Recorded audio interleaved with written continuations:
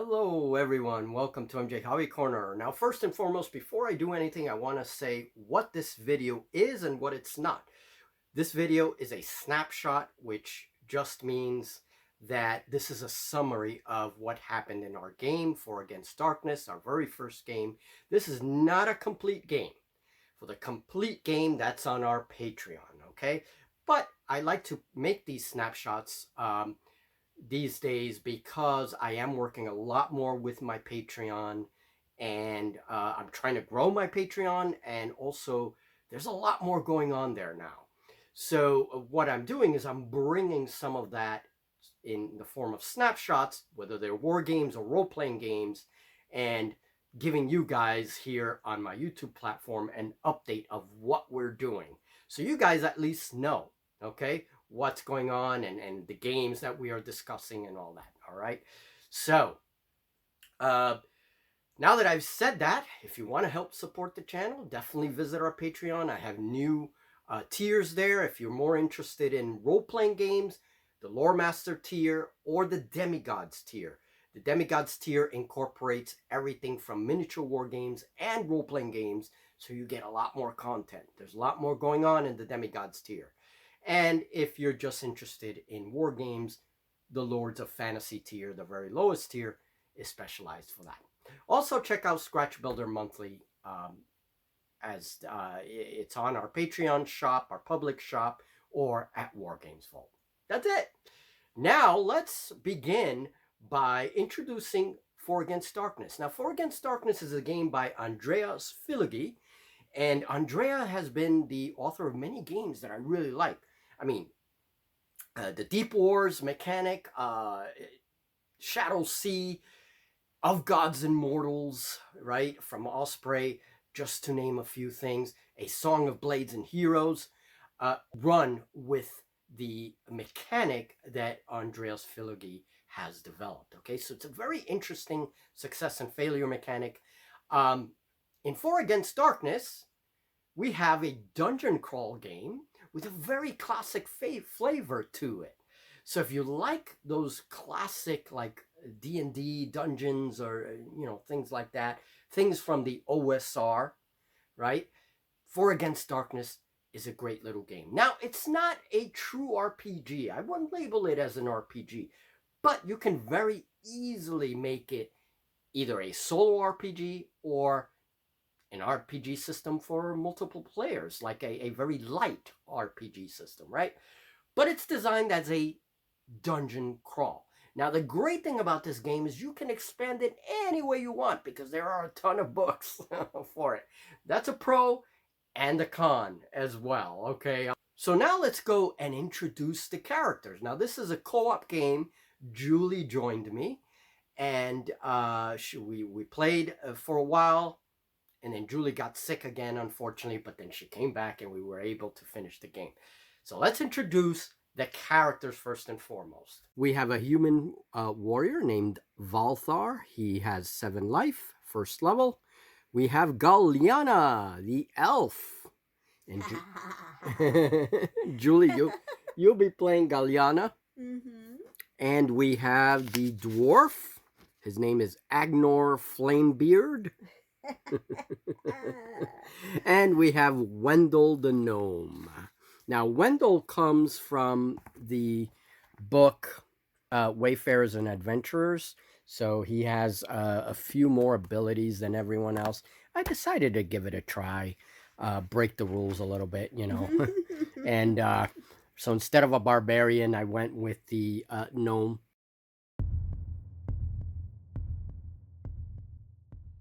First thing, what we're going to do is roll for the entrance. Julie, you can throw that dice in. 5. 5 is down here. Ooh, interesting entrance. Wow, look at that. Yeah. Number 5. So I got to draw that. Okay. So the first thing we did, we rolled up an entrance to the dungeon, and that's what we were doing. And then we added our first room to the dungeon. So here is our little battle board. We have all our characters. These are all the fungi folks. Here's just a little representation of a monster, just to note that we do have a monster. I gotta get some fungi folk tokens. Anyway, so each of these dice. All right, So how are they gonna attack? Because we have to fight. Go ahead and roll. You need 3s to hit them.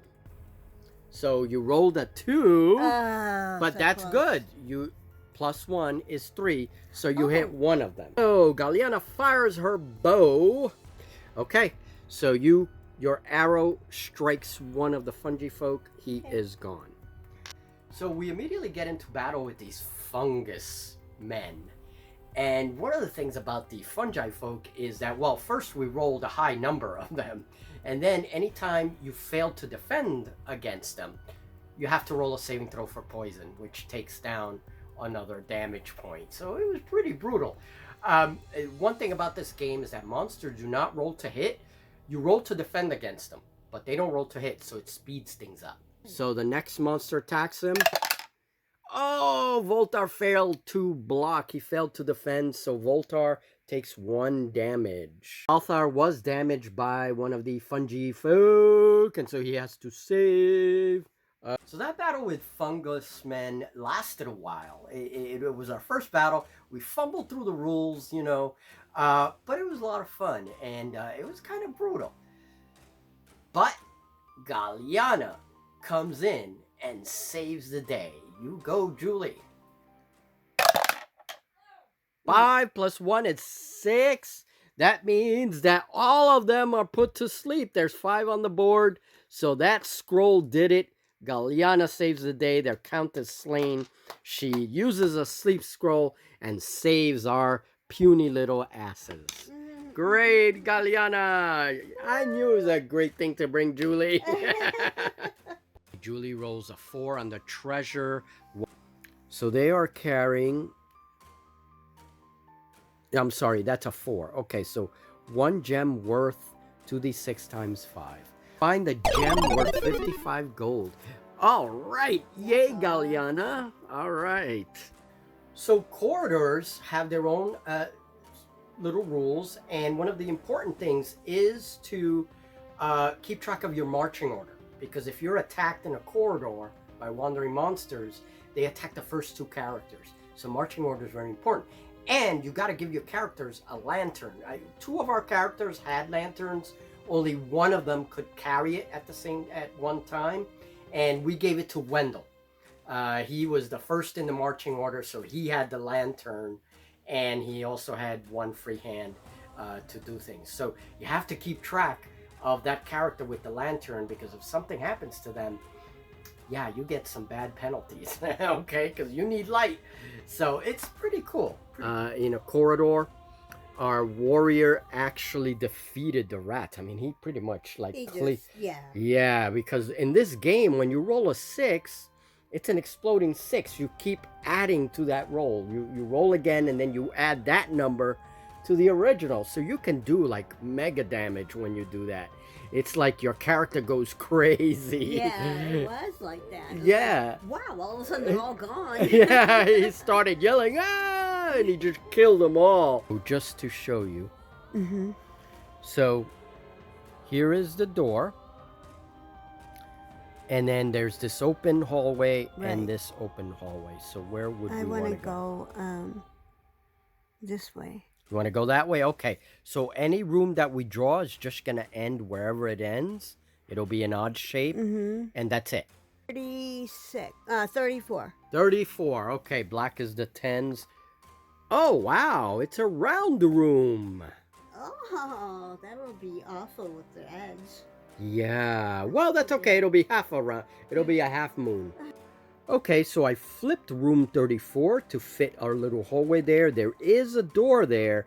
And then the rule is when it comes to the edge, that's it. The room ends and it becomes a dead end. Okay, so you're going to roll 2d6 and add them together.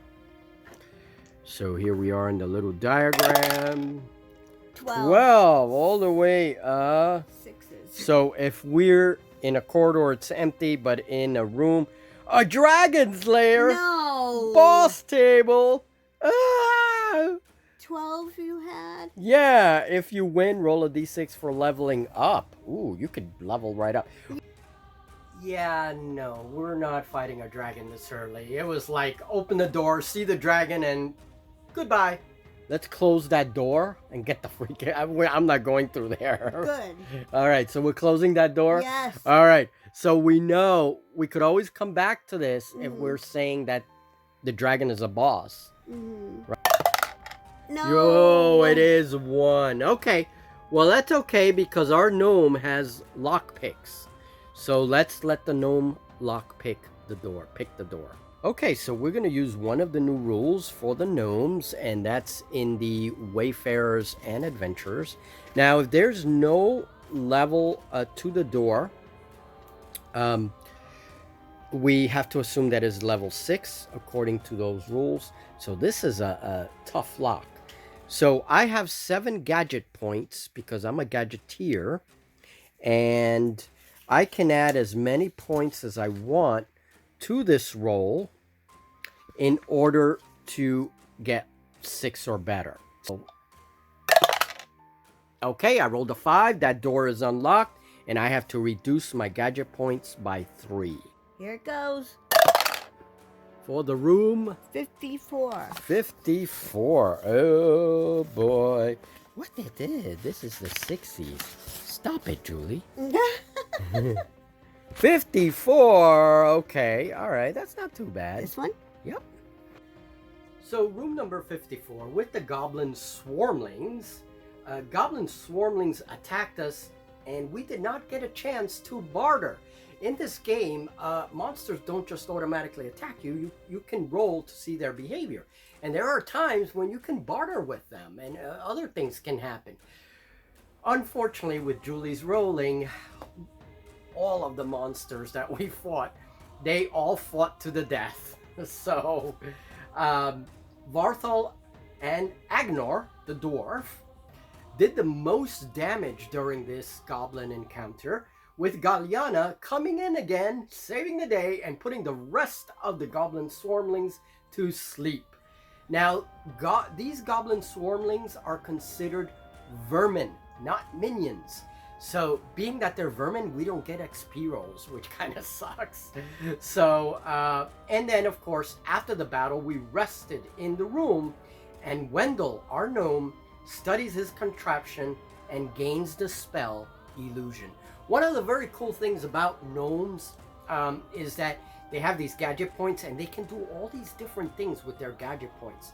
And one house rule that we established is that when we reached a room and after a combat, or if the room was empty after searching it, we rest. We take a time to rest, to bandage our characters, or to, do things like the gnome uses gadget points.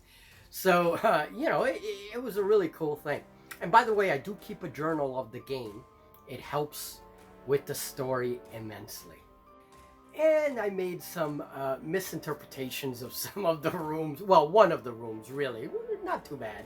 And we fumbled through some of the rules, had some rules mistakes and all that. But we'll correct that in due time as we play more games and get better at it. So what was that, Julie? 4 little goblins? 4 little goblins standing in a line. They think they're gonna kill us, but we're just fine. Julie's poem. They think they're gonna kill us, but we're just fine. All right. So most of our rooms were coming out with monsters as we rolled them. I think only like one corridor and one room had a trap in it, which was different. And one of our corridors was empty, which means that we could search it for other goodies. So, but everything, there were a lot of monsters in this game. So we went into a room, room number 14, where we encountered some normal goblins, and these are minions. And our warrior, Varthol, kills 3 of them. I mean, he just goes crazy, and just chops 3 of them up. And we also found a gem here after the battle was over worth 55. So we actually got a lot of gold thanks to some good rolls. And then in this room, Wendell gets to use his last few gadget points to make a grenade. How cool is that? We saved that one for the boss. One of the coolest encounters were the vampire frogs. They were really cool, and they were vermin as well. So we don't get any XP rolls for them. but we made something like 9 gold from them, so it was pretty cool. I really loved the vampire frogs. We had fun kind of trying to depict them in our minds. Then up until this point, we're reaching the very end of the game. This is the next to last room. And we know that in the last room, we're going to get the boss. And we were thinking, should we bring the dragon in? We decided to roll for another boss. But basically, up to this point, we reach this room, and Galliana's pushed out of the way by Volthar, the warrior, because the room is trapped and a large stone falls down. She avoids that damage. She was going to get damaged by that stone that fell from the roof. And shortly after that, we had our boss fight. So if you want to see the rest of the game, check out our Patreon. It'll help support the work that we do, help support us here on the channel, and all the scratch building I do. Check out Scratch Builder Monthly, as I am going to have updates on these games, not only here on the channel, but also in the magazine as well. And so here are all the books that I'm collecting so far for 4 Against Darkness. A lot of these were given to me by Santa, so I did pretty good last Christmas, and I will be reviewing these books slowly and adding tidbits to them slowly, tidbits from them to our games, all right, little by little. So we have quite a few books here. It's a fun game. I totally recommend it. And if you're interested in solo role playing, I am documenting my journey on Patreon. And this is my 2nd journey with solo role playing and all the stuff that I learned and all the tools that I use. But I really think 4 Against Darkness is a great way to get started with that. Even though it's not technically a solo RPG, you can make it a solo RPG very easily. But you know, it's just like a dungeon crawl. It's very board gamey.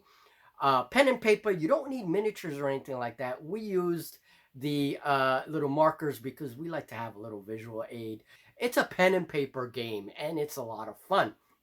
It's also, there are many books, but it is very portable because the books are small. I actually took a couple of books to my niece and nephew. I have a little traveling kit for this game, and I took it over there and we played a little sample over there in my niece and nephew's home. So yeah, it's a great little game. I totally recommend it. Now, for any of you that play 4 Against Darkness, if you have the town books, there's 2 of them, and you've played with the towns, you've generated your own towns for the game, let me know what you think about those books. Do you like the first book? If you own the first book, that one's a little more expensive. Or the second book, there's 2 volumes. Do you think you need them both together, or can you get one or the other? Let me know in the comments what you think. I'm very curious about expanding the game with towns, because I know Julie will enjoy that. More 4 Against Darkness. Like and subscribe here on the channel if you want to see more updates on all these games and RPG adventures, all that stuff. Do subscribe, please. And yeah, I'll see you in the next snapshot. All right. So take care, guys. Thank you very much for your support, and I'll see you in the next video.